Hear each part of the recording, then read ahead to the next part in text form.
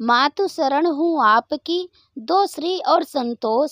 संत जनन के चरण हित, खर्च होए मम कोस। माँ संतोषी संतोष दो, हो भटकन से दूर। तो सेवा में मन लगे, अहंकार हो चूर। जय माँ संतोषी। दोस्तों, आपके अपने चैनल राधे श्याम में आपका बहुत बहुत स्वागत है। तो दोस्तों, आज की वीडियो में हम सुनेंगे माता संतोषी की व्रत कथा और साथ ही जानेंगे संतोषी माता की पूजा विधि कि व्रत में हम पूजा कैसे करें। संपूर्ण जानकारी आपको इस वीडियो में मिलने वाली है, तो वीडियो को अंत तक जरूर देखिए। यदि वीडियो अच्छा लगा तो लाइक और शेयर भी जरूर करें, और यदि चैनल पर नए आए हैं तो चैनल को सब्सक्राइब करना भी बिल्कुल मत भूलिएगा। और दोस्तों, यही एकमात्र जरिया है जिससे मुझे पता चलता है कि आप लोगों को इस तरह की वीडियो अच्छी लगती है। तो वीडियो अच्छी लगे तो लाइक तो जरूर ही कीजिएगा। तो दोस्तों, संतोषी माता के पिता गणेश हैं, माता रिद्धि सिद्धि। धन धान्य सोना चांदी हीरा मोती मूंगा रत्नों से भरा परिवार। पिता गणपति की दुलार भरी कमाई, दरिद्रता दूर कलह का नाश, सुख शांति का प्रकाश, बालकों की फुलवारी। धंधे में मुनाफे की भारी कमाई, मन की मनोकामना पूर्ण, शोक विपत्ति चिंता सब दूर। संतोषी माता का लो नाम, जिससे बन जाए सारे काम। बोलो जय संतोषी माता की जय। इस व्रत को करने वाले कथा कहते व सुनते समय हाथ में गुड़ और भुने हुए चने रखें तथा सुनने वाले संतोषी माता की जय जयकार मुख से बोलते जाएं। कथा समाप्त होने पर हाथ का गुड़ चना गौ माता को खिलावें। कलश में रखा हुआ गुड़ चना सबको प्रसाद के रूप में बांट दें। कथा से पहले कलश को जल से भरें, उसके ऊपर गुड़ चने से भरा कटोरा रखें। कथा समाप्त और आरती करने के बाद कलश के जल को घर में सब जगहों पर छिड़के और बचा हुआ जल तुलसी की क्वारी में डाल दें। सवा आने का गुड़ चना लेकर माता का व्रत करें। सवा पैसे का गुड़ भी ले तो भी कोई आपत्ति नहीं। गुड़ घर में हो तो लेवें, विचार ना करें, क्योंकि माता भावना की भूखी है। कम ज्यादा का कोई विचार नहीं है, इसलिए जितना बन पड़े श्रद्धा से समर्पण करें। श्रद्धा और प्रेम से प्रसन्न हो व्रत करना चाहिए। व्रत के उद्यापन में 2.5 सेर खाजा, मोयनदार पूड़ी और खीर चने का साग नैवेद्य रखें। घी का दीपक जलाकर संतोषी माता की जय जयकार बोलें तथा नारियल फोड़ें। और इस दिन घर में कोई खटाई न खावे और न स्वयं खावे, न किसी दूसरे को खाने दें। कुटुंबी ना मिले तो ब्राह्मणों के, रिश्तेदारों के या पड़ोसियों के बालक बुलावें। उन्हें खटाई कोई वस्तु न दें तथा भोजन कराकर यथाशक्ति दक्षिणा देवें। नगद पैसे न दें तो कोई वस्तु दक्षिणा में दें। और व्रत करने वाला कथा सुने, प्रसाद ले और एक समय भोजन करे। इससे माता प्रसन्न होंगी, दुख दरिद्रता दूर होगी तथा मनोकामनाएं पूरी होंगी। तो दोस्तों, हमने पूजा विधि और उद्यापन विधि जान लिया है। अब हम कथा सुनते हैं। तो कथा इस प्रकार है। एक बुढ़िया थी और उसके 7 बेटे थे। 6 कमाने वाले थे, एक निकम्मा था। बुढ़िया माँ 6 पुत्रों की रसोई बनाती, भोजन कराती और पीछे से जो कुछ बचता तो 7वें को दे देती थी। परंतु 7वां पुत्र बड़ा भोला भाला था, मन में कुछ विचार न करता। एक दिन वह अपनी बहू से बोला, देखो मेरी माता का मुझ पर कितना प्रेम है। वह बोली, क्यों नहीं, सबका जूठा बचा हुआ तुमको खिलाती है। वह बोला, ऐसा नहीं हो सकता, मैं जब तक आंखों से ना देखूं मान नहीं सकता। बहू ने हंसकर कहा, देख लोगे तब तो मानोगे। कुछ दिन बाद बड़ा त्योहार आया। घर में 7 प्रकार के भोजन और चूरमा के लड्डू बने।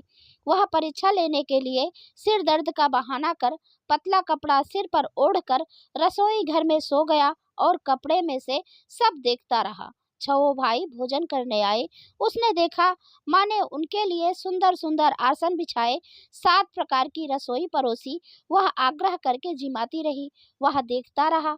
6 भाई जब भोजन कर उठे तब माँ ने उनकी जूठी थालियों में से लड्डुओं के टुकड़े को उठाया और एक लड्डू बनाया। जूठन साफ कर बुढ़िया माँ ने पुकारा, उठ बेटा, 6 भाई भोजन कर गए, अब तू ही बाकी है, उठ भोजन कर ले। वह कहने लगा, माँ मुझे भोजन नहीं करना है, मैं परदेश जा रहा हूँ। माता ने कहा, कल जाना है तो आज ही जा। वह बोला, हाँ हाँ आज ही जा रहा हूँ। यह कहकर घर से निकल गया। चलते समय बहू की याद आई। वह गौशाला में कंडे थाप रही थी। जाकर बोला, हम जामे परदेस को, आवेंगे कुछ काल, तुम रहियो संतोष से, धर्म आपनो पाल। दो निशानी अपनी देख धरू मैं धीर, सुधी मत हमारी विसारियो, रखियो मन गंभीर। वह बोला, मेरे पास तो कुछ नहीं है, यह अंगूठी है, सो ले लो और अपनी कुछ निशानी मुझे दो। वह बोली, मेरे पास क्या है, यह गोबर भरा हाथ है। यह कहकर उसकी पीठ पर गोबर के हाथ की थाप मार दी और वह चल दिया। चलते चलते दूर देश में पहुंचा। वहां पर एक साहूकार की दुकान थी। वहां जाकर बोला, सेठ जी मुझे नौकरी पर रख लो। साहूकार को जरूरत थी। साहूकार ने कहा, काम देखकर दाम मिलेंगे। साहूकार की नौकरी मिली। वह सवेरे 7 बजे से 12 बजे रात्रि तक काम करने लगा। कुछ दिन में दुकान का लेन देन, हिसाब किताब, ग्राहकों को माल बेचना, सारा काम करने लगा। साहूकार के 7-8 नौकर और थे। वे सब चक्कर खाने लगे। यह बहुत होशियार बन गया है। सेठ ने भी काम देखा और 3 महीने में ही उसे मुनाफे का साझेदार बना लिया और 12 वर्ष में वह नामी सेठ बन गया और मालिक सारा कारोबार उस पर छोड़कर बाहर चला गया। इधर बहू पर क्या बीती सो सुनो। सास ससुर उसे दुख देने लगे। सारी गृहस्थी का काम कराकर उसे लकड़ी लेने जंगल में भेजते। इस बीच घर की रोटियों के आटे में जो भूसी निकलती, उसकी रोटी बनाकर रख दी जाती और फूटे नारियल की नरेली में पानी। इस तरह दिन बीतते रहे। एक दिन वह लकड़ी लेने जा रही थी कि रास्ते में बहुत सी स्त्रियां संतोषी माता का व्रत करती दिखाई दी। वहां पर खड़ी होकर कहने लगी, बहनों, यह तुम किस देवता का व्रत करती हो और इसके करने से क्या फल होता है? इस व्रत के करने की क्या विधि है? यदि तुम अपने इस व्रत का विधान मुझे समझाकर कहोगी तो मैं तुम्हारा बड़ा उपकार मानूंगी। तब उनमें से एक स्त्री बोली, सुनो, यह संतोषी माता का व्रत है। इसके करने से निर्धनता, दरिद्रता का नाश होता है, लक्ष्मी आती है, मन की चिंताएं दूर होती हैं, घर में सुख होने से मन को प्रसन्नता और शांति मिलती है, निपुत्री को पुत्र मिलता है, पति बाहर गया हो तो शीघ्र आ जाता है, कुंवारी कन्या को मनपसंद वर मिलता है, राजद्वार में बहुत दिनों से मुकदमा चलता हो तो समाप्त हो जाता है, कलह क्लेश की निवृत्ति हो, सुख शांति हो, घर में धन जमा हो, पैसा जायदाद का लाभ होता है तथा और भी मन में जो कुछ कामना हो सब इस संतोषी माता की कृपा से पूरी हो जाती है, इसमें संदेह नहीं। वह पूछने लगी, यह व्रत कैसे किया जाए, यह भी बताओ तो बड़ी कृपा होगी।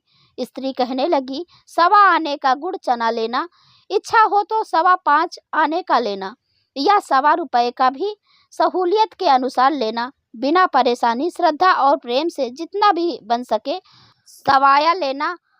5.25 पैसे से 5.25 आने तक, इससे भी ज्यादा शक्ति और भक्ति के अनुसार गुड़ और चना ले।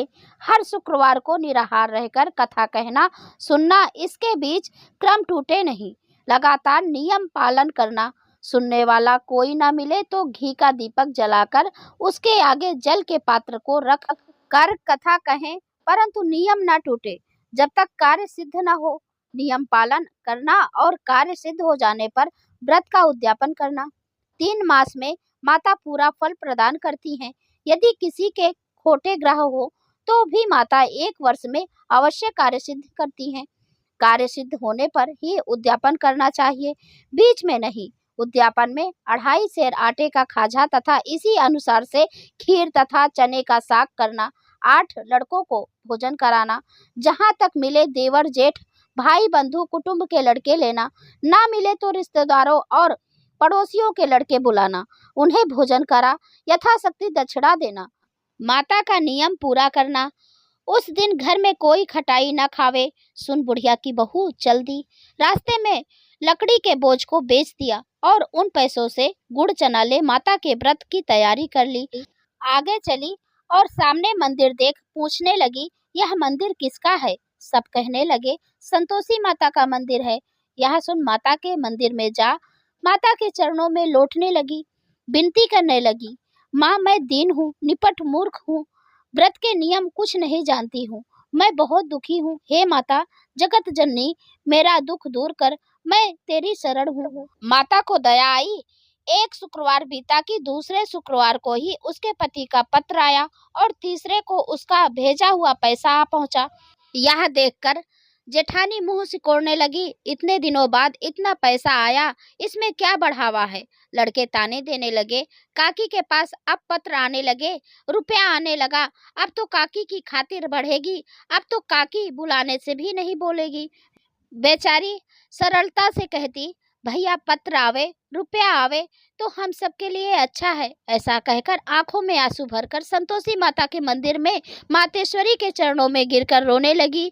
माँ, मैंने तुमसे पैसा नहीं मांगा, मुझे पैसे से क्या काम है, मुझे तो अपने सुहाग से काम है।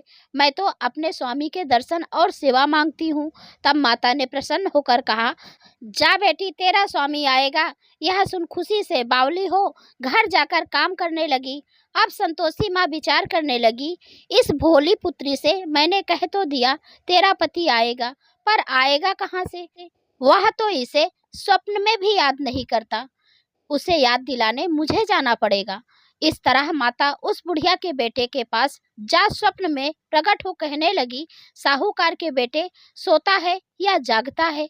वह कहता है, माता सोता भी नहीं हूँ, जागता भी नहीं हूँ, क्या आज्ञा है। माँ कहने लगी, तेरा घर बार है या नहीं। वह बोला, मेरा सब कुछ है माता। माँ बाप, भाई बहन, बहू, क्या कमी है। माँ बोली, पुत्र, तेरी घरवाली बहुत कष्ट उठा रही है। वह बोला, माता यह तो मुझे मालूम है, परंतु जाऊं कैसे। परदेश की बात है, लेन देन का कोई हिसाब नहीं, कोई जाने का रास्ता नजर नहीं आता, कैसे चला जाऊं। माँ कहने लगी, मेरी बात मान, सवेरे नहा धोकर संतोषी माता का नाम ले, घी का दीपक जला, दंडवत कर दुकान पर जा बैठना। देखते देखते तेरा लेन देन चुक जाएगा, जमा का माल बिक जाएगा, सांझ होते होते धन का ढेर लग जाएगा। अब तो वह सवेरे बहुत ही जल्दी उठ मित्र बंधुओं से अपने सपने की बात कहता है। वे सब उसकी बात अनसुनी कर दिल लगी उड़ाने लगे। उसमें से एक बूढ़ा व्यक्ति बोला, देखो भाई, सच या झूठ कहने से क्या मतलब, जैसे देवी ने कहा है वैसा करने में तेरा क्या जाता है। अब बूढ़े की बात मानकर नहा धोकर संतोषी माता को दंडवत कर घी का दीपक जला दुकान पर जा बैठता है। थोड़ी देर में वह क्या देखता है कि देने वाले रुपए लाए, लेने वाले हिसाब लाए, कोठे में भरे सामानों के खरीदार नगद दाम में सौदा करने लगे। शाम तक धन का ढेर लग गया। मन में माता का नाम ले प्रसन्न हो घर जाने के वास्ते गहना कपड़ा सामान खरीदने लगा। यहाँ के काम से निपट कर घर को रवाना हुआ। यहाँ बेचारी बहू जंगल में लकड़ी लेने जाती, लौटते वक्त माता जी के मंदिर पर विश्राम करती। वह तो उसका रोज रुकने का स्थान ठहरा। दूर से धूल उड़ती देख वह माता से पूछती है, हे माता, यह धूल कैसी उड़ रही है। माँ कहती है, हे पुत्री, तेरा पति आ रहा है। अब तू ऐसा कर, लकड़ियों के 3 बोझ बना, एक नदी के किनारे रख, दूसरा मेरे मंदिर पर और तीसरा अपने सिर पर रख। तेरे पति को लकड़ी का गट्ठा देखकर मोह पैदा होगा, वह यहाँ रुकेगा, नाश्ता पानी बना खाकर माँ से मिलने जाएगा। तू लकड़ी का बोझ उठाकर जाना और बीच चौक में गट्ठा डालकर 3 आवाजें जोर से लगाना, लो सासू जी, लकड़ियों का गट्ठा लो, भूसी की रोटी दो, नारियल के खोपड़े में पानी दो, आज कौन मेहमान आया है। माँ की बातें सुनकर वह अच्छा माता जी कहकर प्रसन्न मन हो लकड़ियों के 3 गट्ठे ले आई। एक नदी के तट पर, एक माता के मंदिर पर रखा। इतने में ही वह मुसाफिर आ पहुंचा। सूखी लकड़ी देख उसकी इच्छा हुई कि अब यहाँ निवास करे और भोजन बना खाकर फिर गांव चले।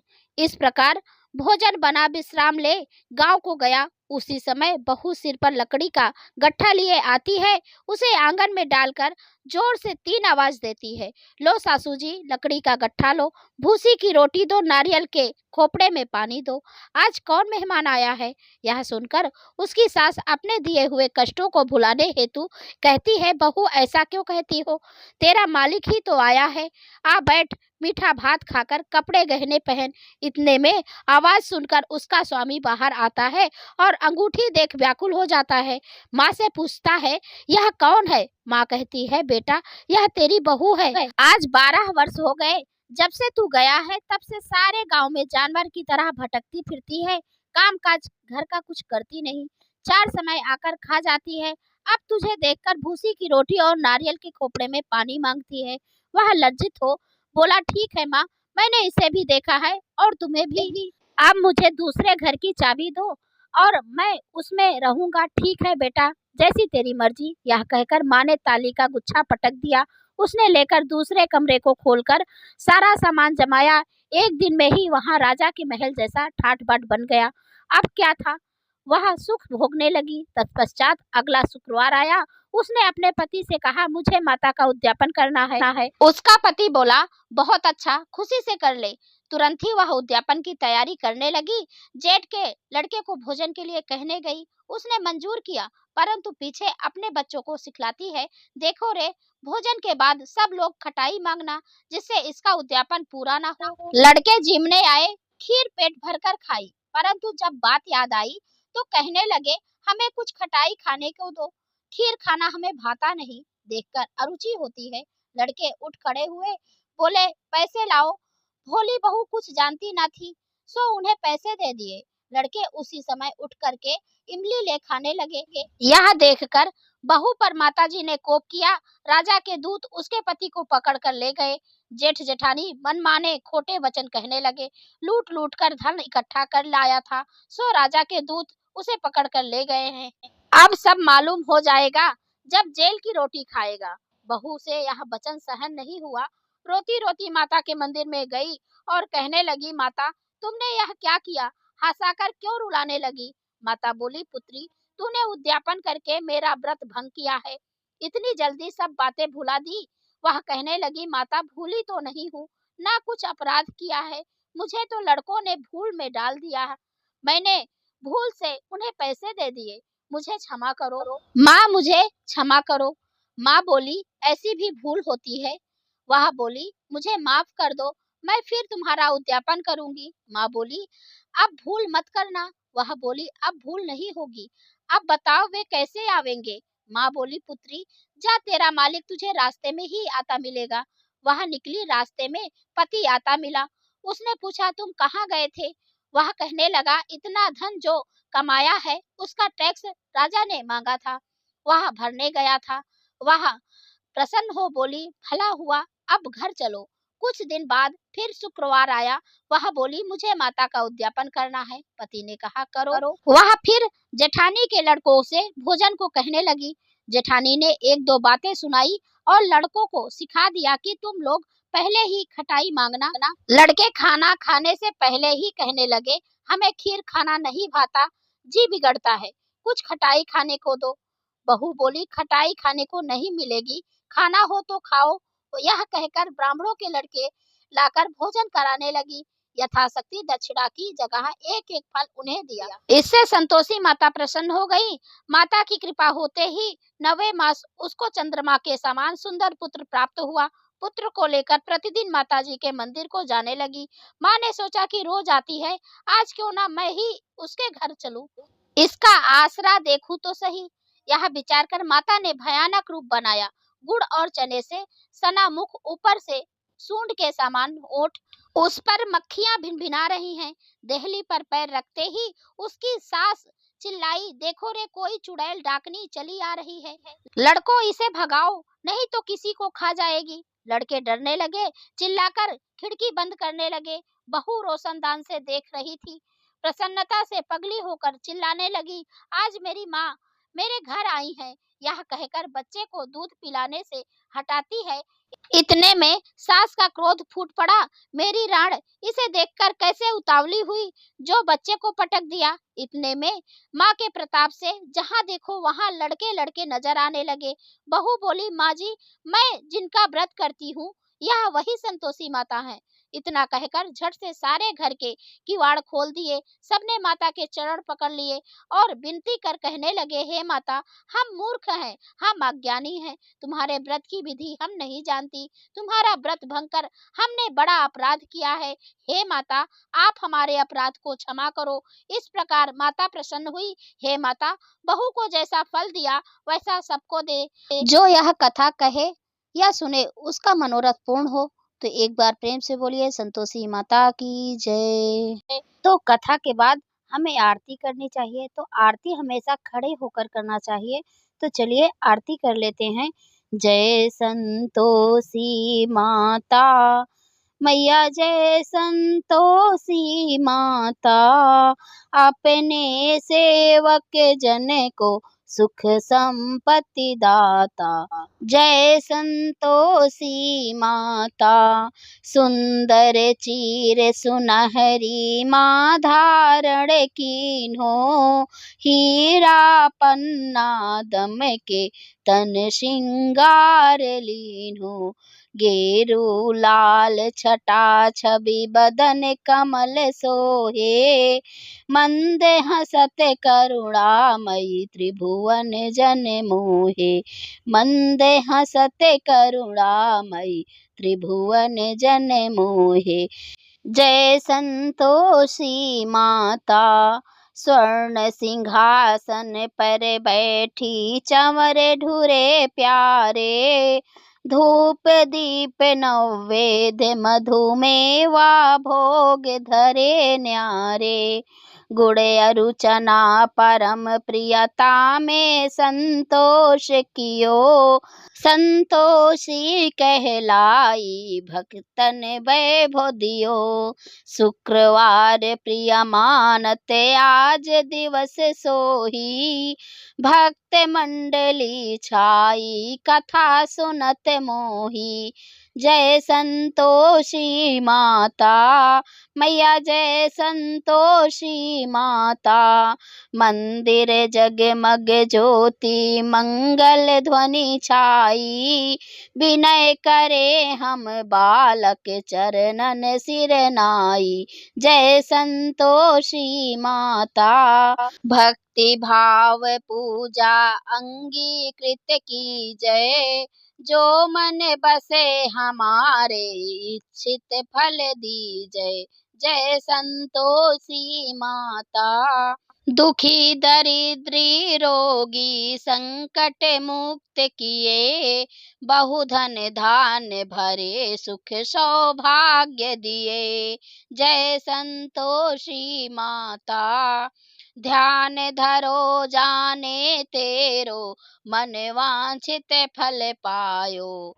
पूजा कथा श्रवण कर घर आनंद आयो। मैया जय संतोषी माता, शरण गहे की लज्जा रखियो जगदम्बे, संकट तू ही निवारे दयामयी अम्बे।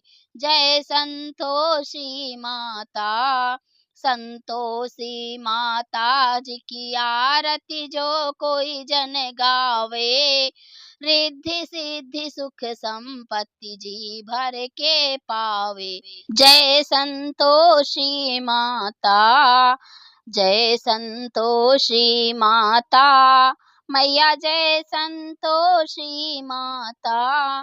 तो एक बार प्रेम से बोलिए माँ संतोषी की जय। और इसके बाद थोड़ा सा जल घुमाकर माता जी को हम आरती देंगे, फिर खुद भी आरती लेंगे और जो प्रसाद है सभी भक्तों में वितरण करेंगे। तो दोस्तों ये थी आज की वीडियो। यदि यह वीडियो आपको अच्छी लगी है तो लाइक तो ज़रूर ही कीजिए। आपके एक लाइक से हमें बहुत हिम्मत और प्रेरणा मिलती है, तो इसलिए एक लाइक तो ज़रूर ही कीजिए। अब मैं मिलती हूँ अगले वीडियो में, तब तक के लिए नमस्कार और वीडियो देखने के लिए बहुत बहुत धन्यवाद। जय माँ संतोषी।